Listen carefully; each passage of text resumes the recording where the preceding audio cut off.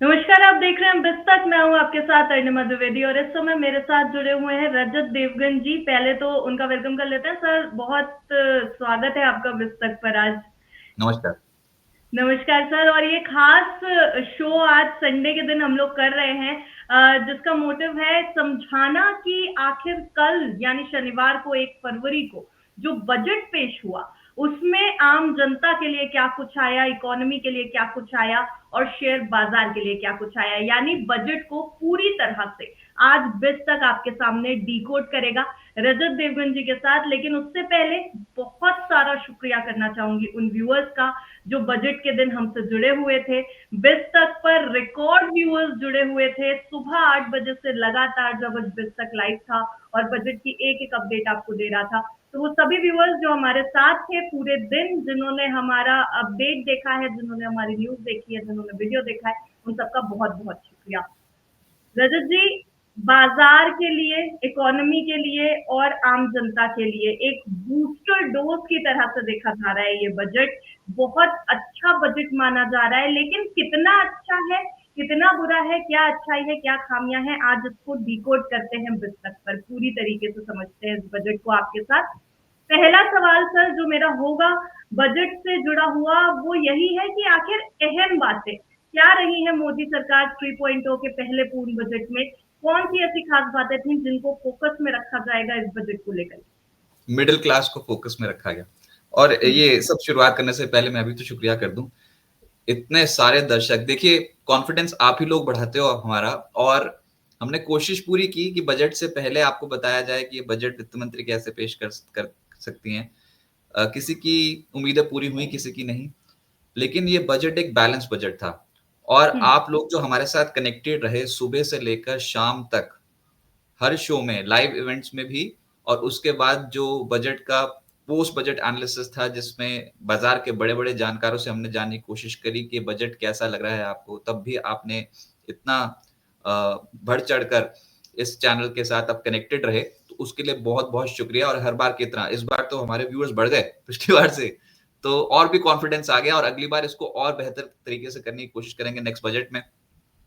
लेकिन जो आपका सवाल था अनिमा, उसमें ये कि ये अहम बातें क्या हैं, तो मिडिल क्लास को हम्म। फोकस में रखा गया। ये तो अब तो सबने देख ही लिया है, सबको इतना बड़ा तोहफा दे दिया वित्त मंत्री ने जिसकी किसी को उम्मीद नहीं थी। और इनफैक्ट जब ये बात हुई थी 12 लाख रुपए सालाना कमाई होती है या उससे कम तो कोई टैक्स नहीं लगेगा, तो हम एकदम से भौचक्के से रह गए थे। हमको खुद नहीं समझ में आया था कि ऐसी अनाउंसमेंट कैसे आ सकती है।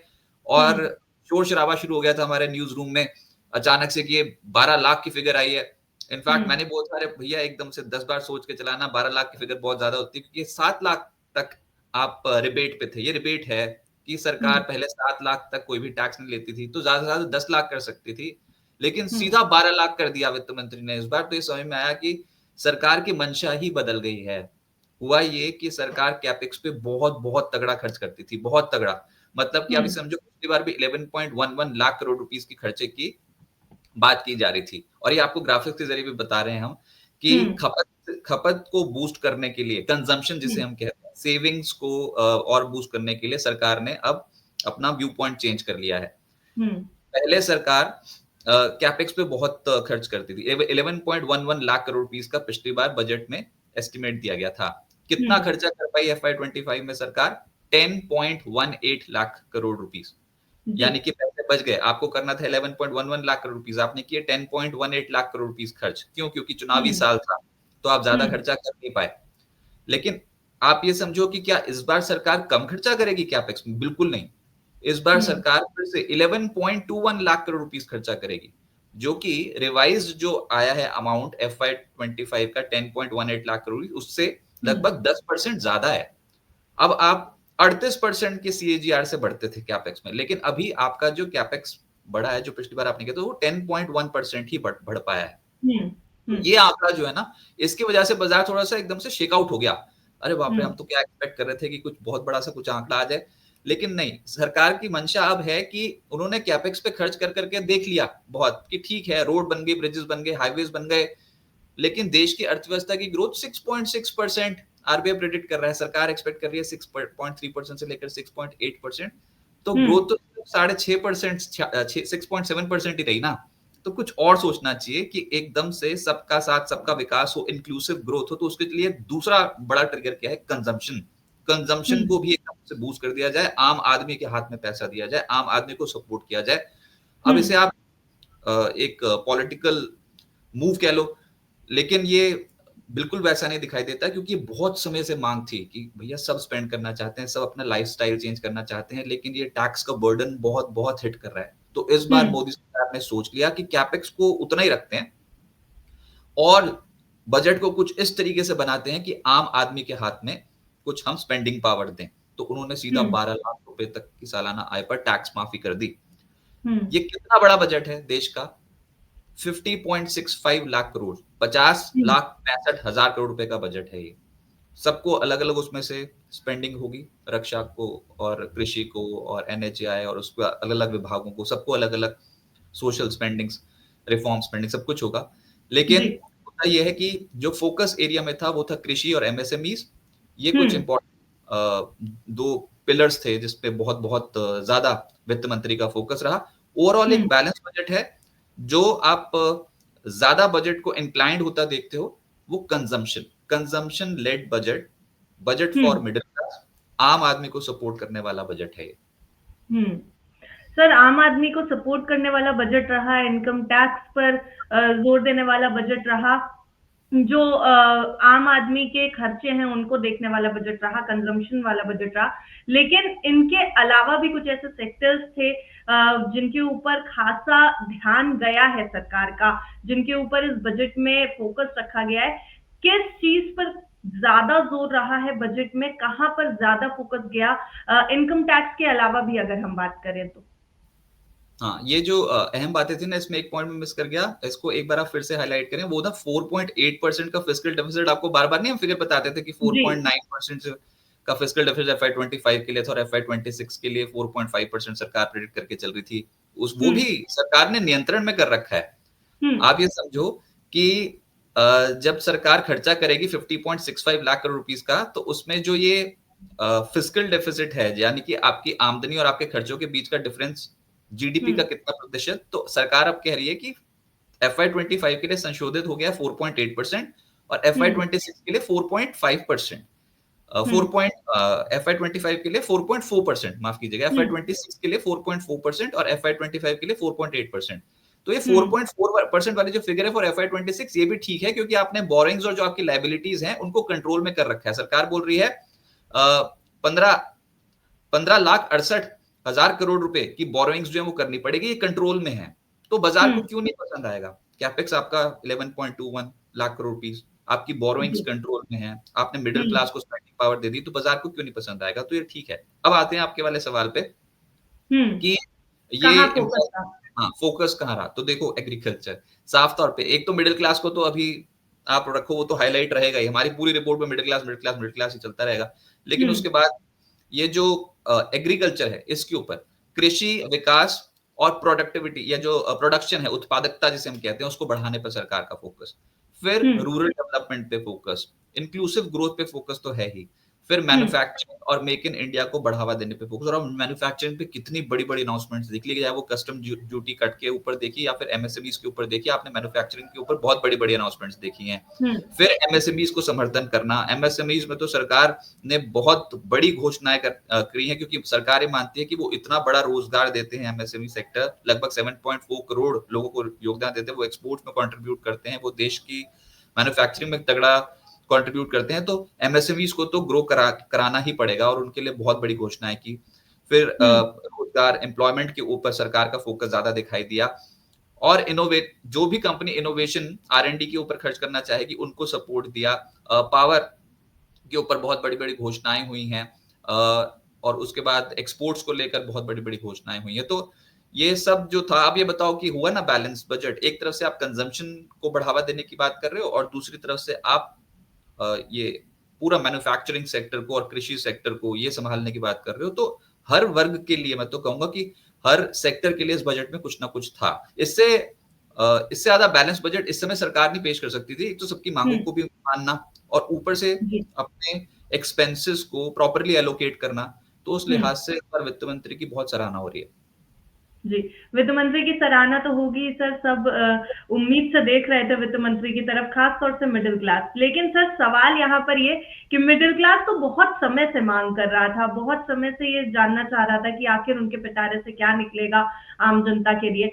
अचानक सरकार का मूड क्यों बदल गया? अचानक सरकार ने मिडिल क्लास को हाईलाइट क्यों कर दिया? अचानक सरकार के मन में ऐसा क्या आया सर कि मिडिल क्लास के बारे में एकदम से सोच लिया सरकार ने, और जो मांग थी कि 10 लाख तक कर दी जाए इनकम टैक्स फ्री, वो अचानक से 12 लाख तक पहुंच गई। ऐसा क्या हुआ कि सरकार का मूड बदल गया? देखिए, इसके पीछे कुछ रीजंस हैं। देखिए, एक तो सरकार ने ये भांप लिया हम्म। कि हम ग्रोथ तो कर रहे हैं, पेपर पे आंकड़े बहुत अच्छे लगते हैं कि देश हम्म। प्रगति कर रहा है, हम 2047 तक यहाँ तक पहुंच जाएंगे, विकसित भारत बन जाएंगे, बहुत कुछ हो जाएगा हमारे देश में। हम्म। पर वो प्रॉब्लम ये है कि सबको एक साथ लेकर चल पा रहे हैं कि नहीं चल पा रहे। कोई पीछे से जिस तरीके का सिनेरियो बिल्डअप हो रहा है ना देश में, और जो वोट काउंट एकदम से रूलिंग गवर्नमेंट का घटा है, हम्म। तो चाहे आप ब्रिजेस बना लो, सड़कें बना लो, लेकिन अगर पीछे रह गई मिडिल क्लास और जो कमजोर तबका है, अगर उसको उतना सपोर्ट नहीं किया सरकार ने, तो फिर सरकार एक बहुत बड़े मास को केटर नहीं कर पाएगी, उनकी भावनाओं को समझ नहीं पाएगी। ऐसा लग रहा है मोदी सरकार को अभी। मेरे मेरे मन में ये विचार है कि ऐसा ही सरकार ने सोचा कि आप कैपेक्स वगैरह पे तो स्पेंडिंग करते चले जा रहे हो, और 38% रोजगार, 38% स्पेंडिंग सीएजीआर से बढ़ाओगे कैपेक्स पे, और उसके बाद फिर रोजगार के मौके खुलेंगे, ये होगा वो होगा। लेकिन अभी का क्या पता चलता है वोट काउंट में, लोगों की जब चाहते पूरी नहीं होती, तो फिर सरकार अब समझ गई कि ये हम ग्रोथ तो कर रहे थे, लेकिन हम 6.6% पे पहुंच पाए। अभी अगर एकदम से इंजेक्शन दें और ये रेवेन्यू साइड पे आ जाएं, और उसमें फिर अगर मिडिल क्लास को सपोर्ट करने की कोशिश करें, कंजम्पशन को बढ़ावा देने की कोशिश करें, ऐसा नहीं कि कैपेक्स को ही दबा दें, बिल्कुल नहीं, बिल्कुल नहीं। उसमें तो बहुत ही ज्यादा विदेशी निवेशकों का रुझान जो नेगेटिव हो जाएगा। कैपेक्स को भी वैसे ही रखें, लेकिन जो इस बार बजट में जो आप एक बार चेंजेस करो, तो टैक्स लैब्स में चेंजेस कर दो। इस बार आप आम आदमी को प्रोवाइड कर दो जो उनको उनकी वो मांगे हैं, उससे ज्यादा ही कर दिया मोदी सरकार ने इस बार तो ये जो आपका प्रश्न था कि मूड क्यों बदल गया, बिल्कुल बदल गया।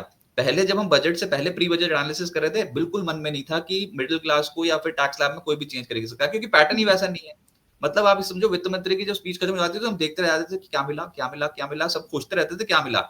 यहाँ पर जैसे ही स्पीच खत्म हुई तो तालियां बजनी शुरू हो गई संसद में। सबने क्या बोल दिया वित्त मंत्री ने, ऐसा स्पीच तो खत्म ही होने वाली थी, तो पता लगा वो 12 लाख अनाउंसमेंट कर गई हैं। और रूलिंग पार्टी तालियां बजाई जाए, टेबल थपथपाई जाए, और जो दूसरी पार्टी जो ऑपोजिशन है वो बिल्कुल सुन, उनको पता ही लगा है क्या बोल दिया एकदम से अचानक से। तो बात ये हुई इस बार फाइनेंस मिनिस्ट्री ने, वित्त मंत्री ने ये सोचा कि ये जो हम बार बार कैपेक्स की बात करते हैं, तो क्या हम ऐसा कर सकते हैं कि आम जनता को साथ में लेकर चलें और उनको स्पेंडिंग पावर उनकी बूस्ट कर दें एकदम से, तो देश में खपत बढ़ जाएगी, कंपनियां फिर निजी क्षेत्र में कैपेक्स करेंगी और उससे भी तो ग्रोथ होगी। हालांकि ये शॉर्ट लिव्ड होती है, इन्फ्लेशनरी है बजट, वैसे ये शॉर्ट लिव्ड होगी। असल में तो कैपेक्स है, पर कैपेक्स का जो इम्पैक्ट पड़ना है वो आने वाले 3-4 साल 5 साल बाद पड़ना है। ये जो आपने अभी दिया ये इमीडिएट पड़ेगा अर्थव्यवस्था पे असर, तो या बार-बार नहीं कर सकते। अभी अगले बजट में मत समझना कि इस बार अगली बार कुछ और ही सोच लो, या तो 16 लाख वालों को छूट दे दो। ये एक बार हो गया। लेकिन ये जो हुआ वो भी बहुत बड़ा था। तो मेरे को तो लग रहा है कि जो सरकार को जो वोट काउंट बहुत तगड़े तरीके से घटाना, तो सरकार समझ गई कि हम ग्रोथ तो कर जाएंगे और हम बातें भी बड़ी-बड़ी कर लेंगे कि 2047 से डेवलपिंग इकोनॉमी बन जाएंगे, हम 5वें पायदान पे आ गए, हम बढ़-बढ़ के तीसरे पे आ जाएंगे। लेकिन हमारी पर कैपिटा जीडीपी जो हम बजट से पहले बहुत बार हाईलाइट कर रहे थे कि $2370 पर कैपिटा है हमारी, अमेरिका पहुंचा हुआ $74,500 पर कैपिटा जीडीपी, चाइना बहुत ऊपर है हमसे। तो हमको कुछ ना कुछ तो ऐसा करना था। पर अभी भी सरकार का फोकस, ये मत समझो कि आपने टैक्स छूट दी तो सब कुछ ठीक हो गया। सरकार का फोकस रोजगार को बढ़ाने पे, मैन्युफैक्चरिंग को बढ़ाने पे, एक्सपोर्ट को बढ़ाने पे रहेगा ही रहेगा। तो सरकार बीच बीच में अच्छी अच्छी अनाउंसमेंट्स करती रहेंगी। ये तो सबको साथ में लेने वाली बात थी। और जो बहुत पेंडिंग जो एक टैक्स को लेकर समस्या थी ना, वो भी इनकम टैक्स का बिल आ जाएगा अगले हफ्ते, तो पता चलेगा कि उस इनकम टैक्स के बिल में क्या है। लेकिन ओवरऑल ये मिडिल क्लास को बहुत सपोर्ट करने वाला बजट था। जैसे ही 12 लाख की अनाउंसमेंट हुई कि कोई भी टैक्स नहीं देना पड़ेगा। जी सर, इनकम टैक्स के ऊपर जो बिल आना है उसके ऊपर तो नजर है ही, लेकिन बाजार इस समय काफी नर्वस भी नजर आ रहा है। देखो ना, हाँ बाजार तो नर्वस हो गई। बाजार नर्वस है इस समय। एक बार स्लैब भी लेकिन देख लेते हैं, स्लैब समझ लेते हैं ये पूरा सब कि चेंजेस हो कितना गए हैं, यूनिट ये है, सब स्लैब देखो। में। 12 लाख तक तो कुछ देना है नहीं सैलरीड हुँ, क्लास को। 12 लाख तो आप सोचो कि कमा रहे हो तो भैया, मतलब ऐसे ही खाओ पियो ऐश करो। उसके हुँ, बाद उसके बाद ये जो है ना, 12 लाख से ज्यादा कमाते हो तो फिर आपके ऊपर ये लागू हो जाएगा। अगर आप 12 लाख से ज्यादा कमाते हो तो आपके ऊपर ये टैक्स स्लैब जो है वो लागू हो जाएगा। तो जी। ये भी अगर आप इनमें भी ये सपोज करो कि आप 13 लाख 14 लाख रुपए कमाते हो तो आपके ऊपर ये टैक्स स्लैब्स नए वाले लागू होने जा रहे हैं। लेकिन हुँ, इसमें भी आपकी बचत होगी। जो पहले मोदी सरकार लेती थी उतना नहीं, सबको कुछ ना कुछ बचत ही है, चाहे 10,000 हो, चाहे 20,000 हो, चाहे 60,000 हो, चाहे कुछ भी हो, बचत हुँ, जरूर होगी। तो हुँ, जितना पहले, क्यों, और ये सारा नए रेजिम में है, पुराने रेजिम में नहीं है। तो सरकार ये मंशा साफ कर चुकी है कि नए रेजिम में ही अब बार बार हम अनाउंसमेंट नए न्यू टैक्स रेजिम में ही आती हुई देख रहे हैं ना। हुँ, तो मेन तो है कि 12 लाख तक कोई भी टैक्स नहीं, और उसके बाद जो भी आप कमा रहे हो तो फिर आप इस स्लैब को फॉलो करो, ये जो आपको स्लैब दे रखा है। और जी। उसमें भी जो बदलाव किए गए हैं वो सबको बहुत अच्छे लग रहे हैं, चलो ठीक है, बहुत बढ़िया। मेन तो ये ना, सरचार्ज सेस वगैरह जोड़ जाड़ के बहुत ऊपर की फिगर आती थी, तो अब ऐसा लग रहा है कि ये वाला बजट जो है वो थोड़ा और ट्रांसपेरेंसी लेकर आ गया है टैक्सेस के लिए। और हुँ, देखते हैं न्यू टैक्स बिल पे क्या निकल के आता है। लेकिन बचत होगी हर हर व्यक्ति के हर लिए, देश वर्ग के लिए। जी, हर वर्ग के लिए बचत है, चाहे वो अमीर जी। है चाहे वो गरीब है। इस बार में लोगों का बहुत ध्यान रखा गया इस बजट में। जी, सर बचत होगी तो कंज़म्पशन का भी ध्यान रखा गया, कंज़म्पशन बढ़ेगा ही बढ़ेगा। बिल्कुल ल बढ़ेगा। और और ये बुजुर्गों को शायद सेविंग भी जी, बढ़ेगी। मतलब अभी देखो बुजुर्गों के लिए भी जो हुआ है, उनको कितना बड़ा तोहफा दे दिया। TDS hmm, tax deduction at source, जब आप 50,000 रुपए का जैसे आपको हो जाती थी इनकम, तो उस पे आपको टीडीएस लग जाता था। अब 1 लाख रुपए तक कुछ देने की जरूरत नहीं है। 12 लाख की हुँ, एफडी है तो उस पे ब्याज हो रहा है, उस पे कुछ है ही नहीं है। मतलब अब आप समझो कि टीडीएस वीडीएस कटेगा, नहीं कटेगा। हुँ, उससे ऊपर कुछ वो कमाते हो तो आपकी आय में जुड़ जाएगा। लेकिन अगर हुँ, आप एफडी के ब्याज से 1 लाख रुपए सालाना अगर आपको मिलते हैं तो टीडीएस नहीं कटेगा। हुँ, ऊपर से रेंट, ये भी एक और बहुत बड़ी चीज थी कि पहले रेंटल इनकम पे टीडीएस जो था वो, पहले अगर आप 2.4 लाख रेंटल इनकम थी तो उसके ऊपर टीडीएस लगता था। अब उसका हुँ, और वो बढ़ गया 6 लाख रुपए रेंटल इनकम, तो उसके ऊपर अब टीडीएस कटेगा। हुँ, तो ये हो गया ना इतना बड़ा फर्क। तो हर चीज के लिए, बुजुर्गों के लिए, आम आदमी के लिए, मतलब यूथ के लिए, या फिर जो युवा हैं उनके लिए, सैलरीड क्लास के हुँ, लिए, और जो भी एफडी के ऊपर जो डिपेंडेंट हैं वो, और उसके जो रेंटल यील्ड के ऊपर डिपेंडेंट है वो, सबके लिए। तो देश के हर हुँ, वर्ग को कैटर करा गया इस बजट में। तो ये जी, कंप्लीटली आप ये कहो कि पीपल सेंट्रिक बजट है, लोगों का बजट है, ये वो साफ तौर पे पता चलता है। हुँ। तो ये बहुत बड़ी एक चीज थी। एफडीज के ऊपर टीडीएस कटौती के दायरे में नहीं है, सब कुछ बुजुर्गों के लिए आया है, सीनियर सिटीजन्स के लिए आया है सब। और ये सब कुछ बहुत ही पॉजिटिव टर्म्स में देखा जा रहा है, सेविंग भी बढ़ेगी, कंजम्पशन भी बढ़ेगा। पर सवाल सिर्फ वहीं का वहीं सर, जब सब कुछ अच्छा अच्छा दिख रहा है, सब कुछ हरा हरा दिख रहा है, तो फिर बाजार नर्वस क्यों है? क्या कैपेक्स पर कम खर्चा कर रही है सरकार, इसलिए बाजार नर्वस नजर आ रहा है? और अगर ऐसा है तो फिर कैसे टैकल करेगा बाजार इसको? चलो वो भी देख लेते हैं, वो कैपेक्स वाली चीज भी देख लेते हैं। सब लोग इतना बोल रहे हैं कि कैपेक्स पे कम खर्चा करेंगे, मतलब कैपेक्स कम कर दिया। देखो मैं हुँ, बताता हूँ, बजट 2025 में जो आवंटन हुआ है, डिफेंस, रेलवे, एनएचएआई वगैरह तो देखेंगे, लेकिन पहले कैपेक्स बताता हूँ आपको। हुँ, FY 25 के लिए जो कैपेक्स का रिवाइज अनुमान है वो 10.18 लाख करोड़ रुपीस। हुँ, इतना खर्च कर पाई सरकार, मैं फिर बता रहा हूँ, इतना ही पिछले साल खर्च कर पाई है, 10.18 लाख करोड़ रुपीस। हुँ, अनुमान क्या था? 11.11 लाख करोड़ रुपीस, जो हम बार बार बोलते थे 11.11 लाख करोड़ रुपीस का कैपेक्स खर्चा करेगी, नहीं कर पाई। क्यों? इलेक्शन ईयर जी, था। हुँ, अब अब का क्या रखा हुआ है? FY 26 का कैपेक्स है 11.21 लाख करोड़ रुपीस। ये कम नहीं है हुँ, ना, ये किसी भी लिहाज से कम नहीं है। या तो आप इसे बजट एस्टिमेट FY 25 से कंपेयर करोगे तो 11.11 लाख करोड़ रुपीस से बढ़कर 11.21 लाख करोड़ रुपीस हो गया। आपको लग रहा है बिल्कुल सेम सेम फिगर है दोनों में। हुँ, लेकिन जब आप 10.18 लाख करोड़ रुपीस से कंपेयर करोगे 11.21 लाख करोड़ रुपीस के फिगर, तो 10% ज्यादा है, जी, 10.1% ज्यादा है। तो 10%, अब 10% का आंकड़ा अ, हुँ, देखने में कम लग रहा है कि यार हम तो 38% 22% वाले हैं, हम कहाँ 10% पे आ हुँ, गए कैपेक्स पे। तो ये समझो कि सरकार की मंशा थोड़ी सी चेंज हो गया। आप बोल रहे थे ना मोदी सरकार का मूड चेंज हो गया क्या? हुँ, जी, ये कैपेक्स पे करके देख लिया, ग्रोथ आ रही है हुँ, 6.6%, आरबीआई बोल रहा है। तो अब किसी जी, और तरीके से ग्रोथ लाते हैं, और वो इंक्लूसिव ग्रोथ होगी।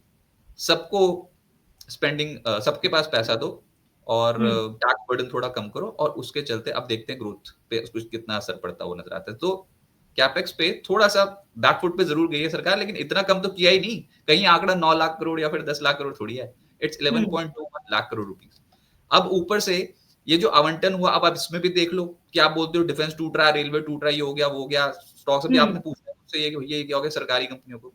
तो आप ये हम्म समझो कि जो FY25 का रिवाइज एस्टिमेट है डिफेंस का जो बजट था, इन दोनों हम्म को जोड़ के देखना, ऊपर हम्म वाला एक्सपेंडिचर जो हम बजट बोलते हैं और नीचे कैपिटल आउटले जो है डिफेंस सेक्टर हम्म के, तो 4.56 और 1.59, मोटा मोटा 6.15 लाख करोड़ जो FY25 का है, और हम्म FY26 का 4.91 लाख रुपीस और 1.80 लाख रुपीस, यानी मोटा मोटा 6.71। तो यानी कि हम्म FY25 से FY26 का जो रखा गया है दैट इज मोर 9.1% ज्यादा खर्चा। अब हम्म आप सोचो 20% ज्यादा होना चाहिए था डिफेंस पे खर्चा, वो बात सही है फिर मतलब आप तो बाजार सोच के चल रहा था कि खर्चा 20% 15% ज्यादा हो भाई पिछले साल हम्म से अब तक, लेकिन नहीं, सरकार ने 9.1% ही ज्यादा करा पिछले साल से लेकर अब तक, जो अब FY26 का जो एस्टिमेट दिया वो, तो हम्म बाजार इसको लेकर थोड़ा सा चिंतित हो गया था, जो मैंने अभी कैपेक्स वाली बात बताई वो, और ऊपर से ये जो डिफेंस वाली बात बताई। तो अब रेलवे का भी देखो, रेलवे का तो वहीं रखा गया, हम्म 2.52 लाख करोड़ रुपीस के आसपास पिछली बार था, इस बार भी 2.52 लाख रुपीस पर FY26 है, तो कोई ज्यादा हम्म फर्क नहीं। इसी की वजह से वो स्टॉक टूट गए बहुत बुरी तरीके से। फिर NHAI का देखो, 1.69 lakh crore rupees FY25 revise estimate था, वो 1.70 लाख करोड़ रुपीस के आसपास रखा गया, इसलिए थोड़ा सा बाजार नर्वस हो गया। वो जो इधर की साइड पे जो ग्रोथ एक्सपेक्ट करके चल रहे थे ना कि रेलवे डिफेंस और NHAI को बहुत बहुत मतलब एकदम से शूट अप हो जाएगा परसेंटेज टर्म्स में, बहुत ज्यादा एलोकेशन हो जाएगा, वो नहीं। और हमारी बजट पे से पहले की जो एनालिसिस थी सबकी, हम्म हम सोच नहीं पुसा सकते थे कि ये सरकार एकदम से उस डायरेक्शन में निकल जाएगी कंजम्पशन वाली साइड पे। हम्म तो इंफ्रास्ट्रक्चर कैपेक्स से थोड़ा सा हट के वो कंजम्पशन वाली साइड पे चले गए, तो इसलिए शेयर बाजार थोड़ा सा नर्वस हुआ। और मेरा सवाल सब बड़े जानकारों से ये था कि कैपेक्स का इतना थोड़ी रिड्यूस कर दिया कि आप एकदम से भौचक्के से रह गए हो कि ये आप देखना ये वाले जितने भी आंकड़े हैं, कम किसी का हम्म आंकड़ा, चाहे आप उतना ही रखा आपने कैपेक्स, आपने किसी और तरीके से ग्रोथ लाने की कोशिश करो। अगर ये आंकड़ा बहुत सिग्निफिकेंट तरीके से नीचे कर देती ना सरकार, तो एफआईज नेगेटिव समझते। सिग्निफिकेंट तरीके से नीचे नहीं किया है डिफेंस में, हम्म रेलवे में, NHAI पे, टोटल कैपेक्स में, कहीं पर भी मेरे को नहीं लगता कोई बहुत सिग्निफिकेंट तरीके से नीचे किया है। और हम्म उसके बाद आपने बैलेंस कराया उसको कंजम्पशन की ओर। तो इस लिहाज से आपका जो कैपेक्स हो रहा था कि बाजार क्यों डर गया, वो रेलवे और डिफेंस वगैरह और जो सरकारी कंपनियां थी, हम्म सरकार खर्च कर सकती थी, उसको थोड़ा उन्होंने कंट्रोल में किया बस। रिडक्शन कहीं नहीं दिखाई देती, जितना आप एक्सपेक्ट जी करके चल रहे उतना नहीं हो, स्टॉक भागी जाए। बताओ बजट से पहले कोई भी खपत वाली कंजम्पशन वाली FMCG वाली कंपनियां थोड़ी चल रही थी। बजट हम्म से पहले ये चल रहे थे, रेलवे डिफेंस वगैरह 4-5 दिन तो ये चलते देखे हमने शुरू में। तो बस जब समझ में आया कि ये सरकार इतना नहीं कर पाई, तो फिर हायर साइड पे मुनाफा वसूली आ गई। तो सर कुल मिलाकर के जब हम आज यहाँ पर डिकोड कर रहे हैं बजट को कि क्या कुछ मिला आम आदमी को, कितना बाजार खुश या नाखुश है, तो इस पर सबसे बड़ा सवाल ये बनता है कि अब बिस्तक की क्या राय है, कैसा रहा है ये बजट, क्या सोच रहा है बिस्तक, कैसे डिकोड कर रहा है बिस्तक इसको। देखिए हमारे हिसाब से ये सरकार का जो फोकस है वो हम्म इंफ्रास्ट्रक्चर और कैपेक्स से थोड़ा हटकर खपत पर चला गया है, हम्म इंक्लूसिव ग्रोथ पे चला गया है। जो मैं इसमें बहुत सारे पॉइंट बोल चुका हूँ, चाहे आप इसको ये समझ लो कि वोट बैंक इतना तगड़ा कम हो गया, तो कहीं ना कहीं से वो समझ में आता है आपको हमको बाद में। उनके उनके यहाँ बहुत एनालिसिस होती है पॉलिटिकल हम्म पार्टीज में, हम्म तो वो जो सिस्टम है वो ये बताता है कि भैया क्यों क्यों एकदम से इस लोगों में ऐसा हो रहा है कि जितना आप वोट मांगने जाते हो उतनी स्पीड से मिलते नहीं। अब वोट ये नहीं नहीं बोल मिली जी। रहे रेवड़िया नहीं है ये ऐसी नहीं होती रेवड़िया। रेवड़िया वो होती है जो मतलब सब कुछ फ्री फ्री फ्री फ्री कर दो। ये टैक्सेस हैं, सरकार को इससे ना सिर्फ 1 लाख करोड़ रुपए का ही बोझ पड़ेगा, इससे हम्म ज्यादा नहीं पड़ेगा। तो आपने उसको भी बैलेंस कर लिया और लोगों के हाथ में स्पेंडिंग पावर भी दे दी, तो बैलेंस हम्म बजट है। कैपेक्स भी नहीं आपने कम किया, कैपेक्स में कतई आपने कोई कटौती नहीं करी है, हम्म मिडिल क्लास को सपोर्ट किया है। तो इकोनॉमी में जब आप खपत बढ़ा रहे हो तो उससे इकोनॉमी को बहुत बहुत सपोर्ट बढ़ेगा। एक तो खपत और सेविंग्स, ये साफ तौर पे पता हम्म लग रहा है कि सरकार का ये जो बजट है ये कंजम्पशन और सेविंग्स को बढ़ा देगा। सीनियर सिटीजन्स का पैसा हो सकता है ज्यादा एफडीज में चला जाए, हम्म और फिर अगले हफ्ते न्यू इनकम टैक्स बिल पर नजर रहेगी।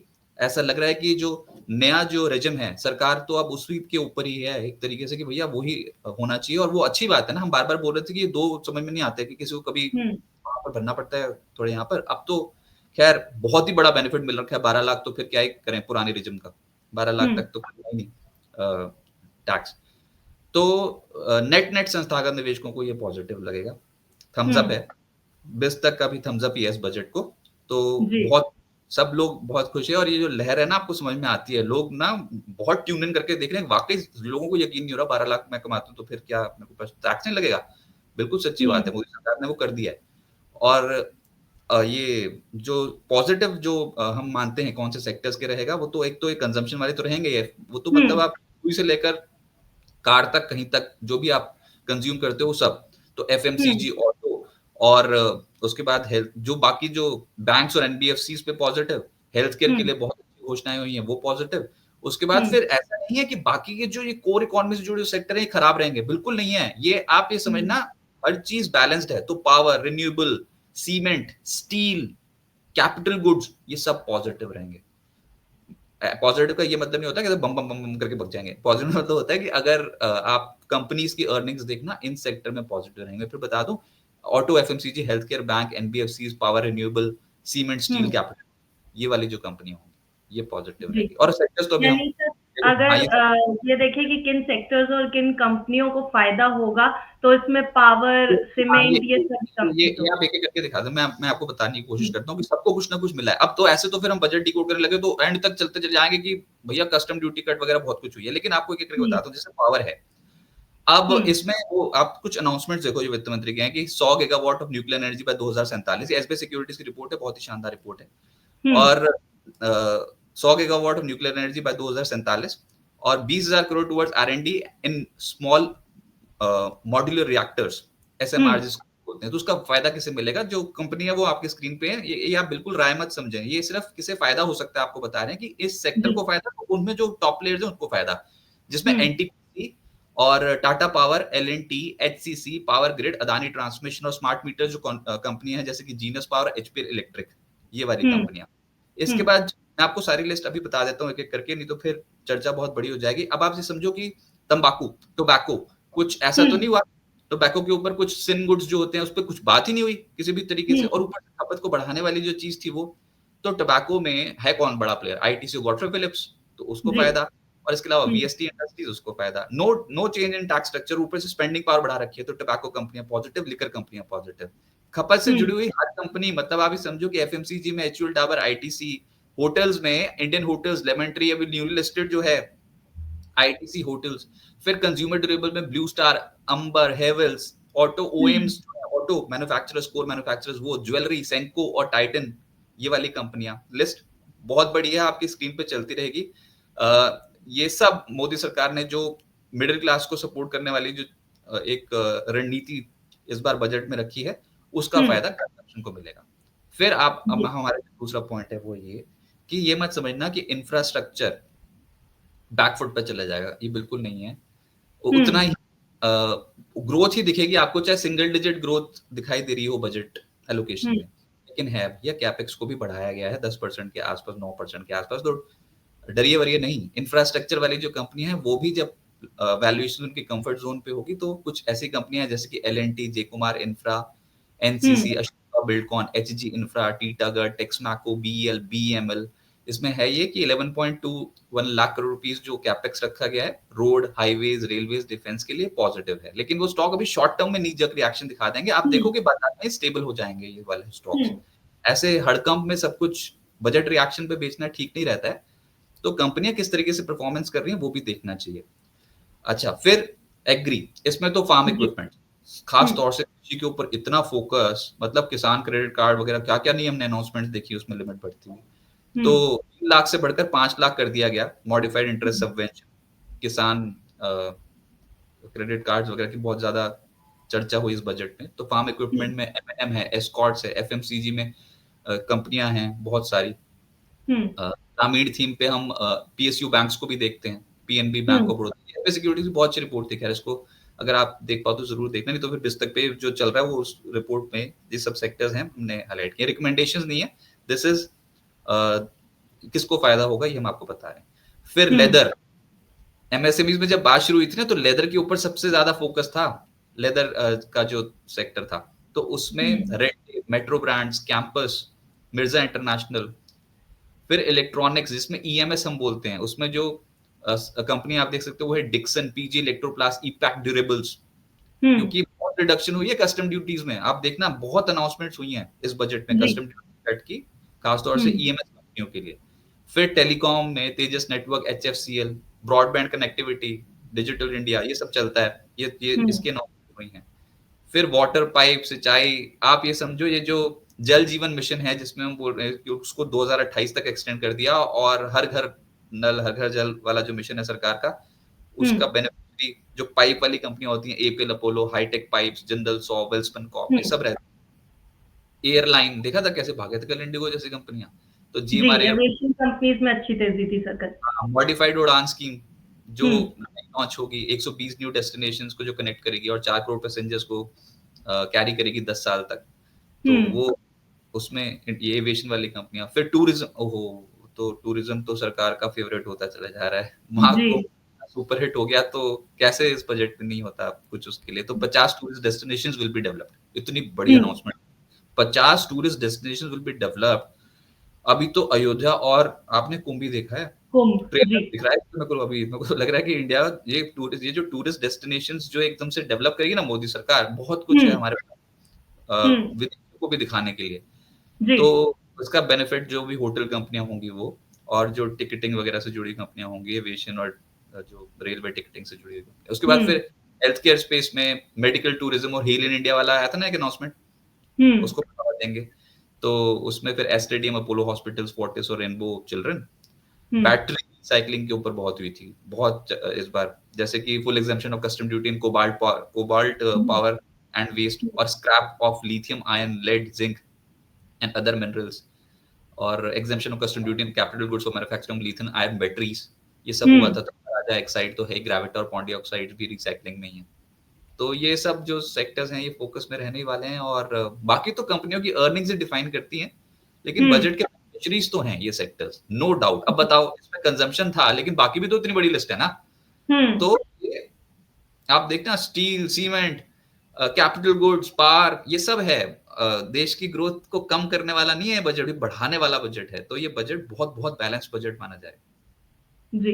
अ, जैसे कि हम सेक्टर्स की बात कर ही रहे थे, तो कुछ स्टॉक्स भी हैं जो हमने जब रिकमेंड किया, हमने जब मार्केट सर्च किया तो एसबीआई सिक्योरिटीज की ये बेस्ट पिक्स हैं जिनको हाँ, मैं ये हमारे दर्शकों के ये सामने आप रख रही हूँ। बेस्ट पिक्स हैं, पहले लेकिन बता दो, ये रिकमेंडेशंस हैं, लेकिन जी, किसी भी निवेश से पहले आप अपनी वित्तीय सलाहकार की राय जरूर लीजिएगा। इसमें पुस्तक का कोई रिकमेंडेशन नहीं है, कोई एसबीआई सिक्योरिटी। रिकमेंडेशन नहीं है। जी, बिल्कुल। हाँ, उसके आधार मैं पर ये है। अपने दर्शकों को बता दूँ, और साथ ही साथ एक बार फिर से रिमाइंड करा देती हूँ, ये हमारी नहीं, एसबीआई सिक्योरिटीज की बेस्ट पिक्स है, हमारा कोई रिकमेंडेशन इसमें नहीं है। आपके स्क्रीन पे डिस्क्लेमर्स भी चल रहे हैं, वित्तीय सलाहकार की सलाह के साथ ही निवेश करिएगा। पर जो पिक्स हैं उनका नाम मैं बता देती हूँ, ITC, Bajaj finance, Indigo, Indian hotels, ये एसबीआई सिक्योरिटीज की बेस्ट पिक्स हैं, और इसके साथ ही ब्रिगेड ब्रिगेड एंटरप्राइजेस, एंटरप्राइजेज ये रियल एस्टेट। एंटरप्राइजेस भी है। तो मौजूदा भाव की भी एक बार बात कर लेते हैं, क्योंकि एसबीआई सिक्योरिटीज की बेस्ट पिक्स हैं तो इम्पोर्टेंट भी स्टॉक्स ये नजर आ रहे हैं। आईटीसी का इस समय मौजूदा भाव जो है वो है 463 रुपए, लेकिन जो टारगेट दिया है एसबीआई सिक्योरिटीज ने ये 530 का दिया है, यानी 15% का अपसाइड यहाँ पर दिखा रहा है। बजाज फाइनेंस का अभी मौजूदा भाव है 8,010 रुपए, और जो टारगेट दिया गया है वो है 9,073 रुपए, यानी सीधा सीधा 13% का अपसाइड। उसके बाद आते हैं इंडिगो पर। इंडिगो भी एसबीआई सिक्योरिटीज की बेस्ट पिक्स में शामिल है, मौजूदा भाव है 4,491 रुपए का, और जो टारगेट दिया एसबीआई सिक्योरिटीज ने अपनी राय में वो है 5,200 रुपए, 16% का अपसाइड मूव फिलहाल टारगेट के हिसाब से। इंडियन होटल्स पे अगर बात करें तो 801 रुपए का मौजूदा भाव है, लेकिन 905 रुपए का टारगेट प्राइस यहाँ पर है, और यहाँ पर भी लगभग 13% का अपसाइड मूव दिखाई दे रहा है। ब्रिगेड एंटरप्राइजेस की बात करें, 1164 रुपए का मौजूदा भाव है, 1164 का, और 1335 यानी 1335 रुपए का टारगेट प्राइस एसबीआई सिक्योरिटीज की राय के हिसाब से है, लगभग 15% का अपसाइड। तो ये वो पिक्स थी, टॉप पिक्स थी जो एसबीआई सिक्योरिटीज की राय पर हमने आपके सामने रखी है। लेकिन एक बार फिर से बता दूं डिस्क्लेमर कि हमारा कोई इसमें सजेशन नहीं है। अगर आपको कहीं भी बाजार में निवेश करना है तो अपने फाइनेंशियल एडवाइजर की सलाह जरूर ले लें। तो सर ये जो पिक्स है ये तो आ गई, एसबीआई सिक्योरिटीज ने तो राय दे दी कि ये स्टॉक्स जो है वो बेहतर परफॉर्मेंस दे सकते हैं, टारगेट प्राइस भी दे दिए हैं इन स्टॉक्स के। लेकिन ओवरऑल अगर आपसे पूछा जाए तो बाजार की स्थिति अब मंडे से रहेगी कैसी? अब बजट आ गया है, हालांकि बजट के दिन भी ट्रेडिंग हुई है बाजार में, वॉलेटाइल रहा बाजार, लेकिन ट्रेडिंग पूरे दिन की जैसे कारोबारी सत्र चलता है वैसे चला। पर मंडे का दिन बहुत अहम माना जा रहा है। हाँ, बजट आने के बाद जब नए तरीके से नए हफ्ते में बाजार खुलेगा, पहला दिन कैसा निकलेगा बाजार का? देखिए, हम यही बोल रहे हैं कि बजट तो बाजार को पसंद आएगा। ये आप हम्म। सोचो कि एकदम से कैपेक्स के अनाउंसमेंट के ऊपर भी बाजार टूट जाए, बिल्कुल वैसा होने वाला नहीं है। अर्निंग्स पे ही चलेगा, कंपनियां जैसे जैसे अर्निंग्स पोस्ट करेंगे वैसा। आप मंडे को हम्म। खुल रहे हैं तो आपने बजट देख लिया, ये तो हम्म। एक पार्ट था। डोनाल्ड ट्रंप दूसरे पार्ट है। डोनाल्ड हम्म। ट्रंप ने टैरिफ इम्पोज कर रखे हैं अलग अलग कंट्रीज के ऊपर, तो उसका असर तो एशियन मार्केट्स पे देखने को मिलेगा। जैसे ही एशियन मार्केट्स खुलेंगी कल, तो हम्म। डोनाल्ड ट्रंप कनाडा, मेक्सिको और चाइना के ऊपर जो टैरिफ्स की बात करी है उसका असर हम्म। देखने को मिलेगा। और हम्म। अगर आप प्योरली बजट देख के अगर बोलो तो ये किसी भी लिहाज से बजट बाजार के लिए खराब नहीं है, बल्कि अच्छा ही है। और खरीदारी एकदम से तेजी में ना करें, डिप्स में करते हम्म। चले जाएं। और थीम्स हमने आपको बताने की कोशिश करी इस रिपोर्ट में। बिस्तक की हमेशा से बिज रिसर्च की यही कोशिश रही है कि आपको थीम्स तो पता लगे कि अगले साल सरकार का फोकस कहाँ है, लेकिन इसका मतलब ये थोड़ी कि बाकी के सेक्टर्स एकदम से बैठ जाएंगे, ऐसा कुछ नहीं। हम्म। कैस्केडिंग इफेक्ट होता है कैपेक्स का भी और कंजम्पशन का भी। इस बार तो डबल इंजन का मेरे को लग रहा है कि जो बूस्ट है वो मिलेगा। कैपेक्स तो उतना ही है ना, और साथ ही साथ कंजम्पशन का बूस्ट मिलेगा। तो ये हम्म। ओवरऑल इस पूरे फिस्कल के लिए मेरे को लग रहा है कि मार्केट को भी सपोर्ट देने वाला बजट है। एफआईज भी थम्स अप करेंगे। एफआईज वापस कब लौटेंगे? जब रुपया हम्म। डॉलर के मुकाबले थोड़ा सा स्टेबल होने की कोशिश करेगा या फिर रुपए में मजबूती आएगी तब। हम्म। जब और ये वाले बजट में जो बोरोइंग्स रखी गई हैं उसका उससे कोई यील्ड्स भी नहीं हिलने वाली। मतलब आप ये समझो कि हम्म। यील्ड एकदम से शूट अप कर जाए, ऐसा कुछ नहीं। बोरोइंग सरकार ने अपने कंट्रोल में रखी है, फिस्कल डेफिसिट ने कंट्रोल में रखा है, तो यील्ड शूट अप नहीं हम्म। होंगी। ऊपर से आरबीआई के पाले में गेंद चली गई। आरबीआई की हम्म। पॉलिसी आने वाली है 7 फरवरी को, अगले हफ्ते। तो हो सकता, अगर तो आरबीआई ने बताओ अगर तो आरबीआई ने रेट कट की अनाउंसमेंट कर दी, तो पहले मैं सोच रहा था कि आरबीआई जी कैसे करेगी, बजट है सर, खपत। एक्सपेक्टेड तो है 25 बेसिस पॉइंट्स की अनाउंसमेंट अब हो एकदम से सकती रिपोर्ट कर जाएगा, क्योंकि फिर वो बात ही निकल के आई, जो नए आरबीआई गवर्नर है वो पहले सरकारी मशीनरी को जानते हैं। वो तो अभी भी है। आरबीआई गवर्नर बने है तो सरकार में, जी। तो हम्म। वो पहले जानते हैं कि कैसे करती है सरकार काम। तो अब अगर उन्होंने भी यहाँ पर कुछ दे दिया मार्केट को बूस्ट, तो बाजार से ये समझ लो कि गिरता हुआ बाजार एकदम से कुछ समय तक ठहर जाएगा। हम्म। कंप्लीटली आउट ऑफ वुड्स आप आ नहीं सकते। मिड कैप हम्म। में बहुत बहुत प्रेशर देखने को मिल रहा है अभी। हम्म। एकदम से सब कुछ ही कूल हो गया और बहुत ही बढ़िया हो गया सब कुछ, ये तो नहीं मैं कहूंगा कभी। मतलब अभी तो कंपनियों की अर्निंग्स 2 क्वार्टर की खराब आई हैं, एटलीस्ट 2 क्वार्टर अभी और ये देखने को मिलेगा, देखेगा बाजार। जी। दिखेगा बाजार को। और सिस्टमैटिकली इन्वेस्टमेंट्स ऑन रखिएगा। तो हम्म। आप ये अगर शॉर्ट टर्म नहीं ना सोचो कि मतलब कि ये 1-2 महीने वाला 1-2 महीने वाला कंसेप्ट वो ना सोचो, तो आप ये देखना सस्टेनेबल ग्रोथ होगी। और जैसे जैसे देश की अर्थव्यवस्था आगे बढ़ती चली जाएगी, ये जो बेंचमार्क होते हैं निफ्टी, सेंसेक्स और साथ साथ स्टॉक मार्केट, वो आउट परफॉर्म करेगी। तो सिस्टमैटिक इन्वेस्टमेंट्स करिए, हम्म। निवेश जारी रखिए। फिलहाल जो मूड माहौल है, ग्लोबल अनसर्टेनिटी और चैलेंजेस और कंपनियों की अर्निंग्स, ये सब सुधरने में थोड़ा सा टाइम लगेगा। तो वो हम्म। फेज जब पार हो जाएगा तो आप देखोगे बाजार को नए ऊंचाइयां छूते हुए। नॉट इमीडिएट, इमीडिएट तो हम्म। अभी आप प्रेशर में और हायर साइड पे जाओगे तो फिर दबाव बन जाएगा एक लेवल पे जाके। लेकिन एक बजट जो हम सोच रहे थे कि अगर बजट खराब आ गया तो मार्केट कहीं क्रैश ना कर जाए, हो जाए वो हो जाए, हम्म। वो तो बिल्कुल कतई नहीं दिखा। इस बार तो बहुत ही सरप्राइज एलिमेंट्स आए हैं बजट में। तो थम्स अप हमारी तरफ से। और मार्केट पे हो सकता है कि इसका पॉजिटिव रिएक्शन देखने को मिले। कोई डिप भी आ जाती है तो उसमें ढूंढेंगे खरीदारी के मौके, और बहुत सारे थीम्स, सेक्टर्स हमने इस रिपोर्ट में आपके सामने रखे। जी। रजत जी, उम्मीद तो यही है कि कल जब बाजार खुलेगा तो वो भी थम्स अप देगा बजट को। बिस्तक ने तो थम्स अप दे दिया है। आम आदमी ने भी देश के थम्स अप दे ही दिया है बजट को, क्योंकि कल जब बजट आया था तो हर तरफ खुशी का माहौल देखने को मिला था। बहुत बड़ी रिलीफ मिली है मिडिल क्लास को, और हो सकता है बाजार इसको एक अच्छे नोट पर ही लेकर के खुले। और ना रजत वो, जी। हाँ ये ना आप ये समझो कि खुद की जो मैन्युफैक्चरिंग है ना, सरकार अभी तो ये जो फेज है ये पार होगा, लेकिन ना जो हम बार बार कहते हैं ना कि अपने ब्रांड्स होने चाहिए, मतलब हमारी क्षमता उतनी ज्यादा है, हम्म। ह्यूमन टैलेंट बहुत ज्यादा हमारी कंट्री में। हम्म। और सरकार का जो फोकस जाएगा देखना वो रोजगार के मौके बढ़ाने पर, और ये जो जी। इंडस्ट्री को सपोर्ट करने पर जाएगा ना जब, अभी जा ही रहा है वैसे तो, लेकिन जब हम्म एग्रेसिव बहुत इसमें काम होगा ना, तो आप देखोगे कि ब्रांड्स कैसे फ्लरिश करेंगे इंडिया में। तो आप हम्म इसीलिए कहते हो कि जब इमर्जिंग इकोनॉमी एकदम से डेवलप्ड इकोनॉमी बनने की रेस में होती है ना, तो हम्म छोटे-मोटे हिकअप्स आते रहते हैं। उसको जी टैकल करना सरकार का काम। तो सरकार हम्म ने अपना काम किया, अब सरकारी मशीनरी और अलग-अलग विभागों और अलग राज्यों को जो एलोकेशन मिला है, बार-बार बिहार का नाम आ रहा था इस जी बजट में, लेकिन हम्म ऐसे नहीं दी फ्रीबीज़। मतलब जो भी एलोकेशन वो है, वो वापस करेगा पैसा। जब हम्म वो आईआईटीज़ बन गए और ये मखाना के ऊपर बोर्ड बन गया, तो फिर पैसा सरकार के पास आएगा। जी तो वो मत समझें कि सहयोगी दिलों को खुश करने वाला बजट था, ऐसा बिल्कुल नहीं था।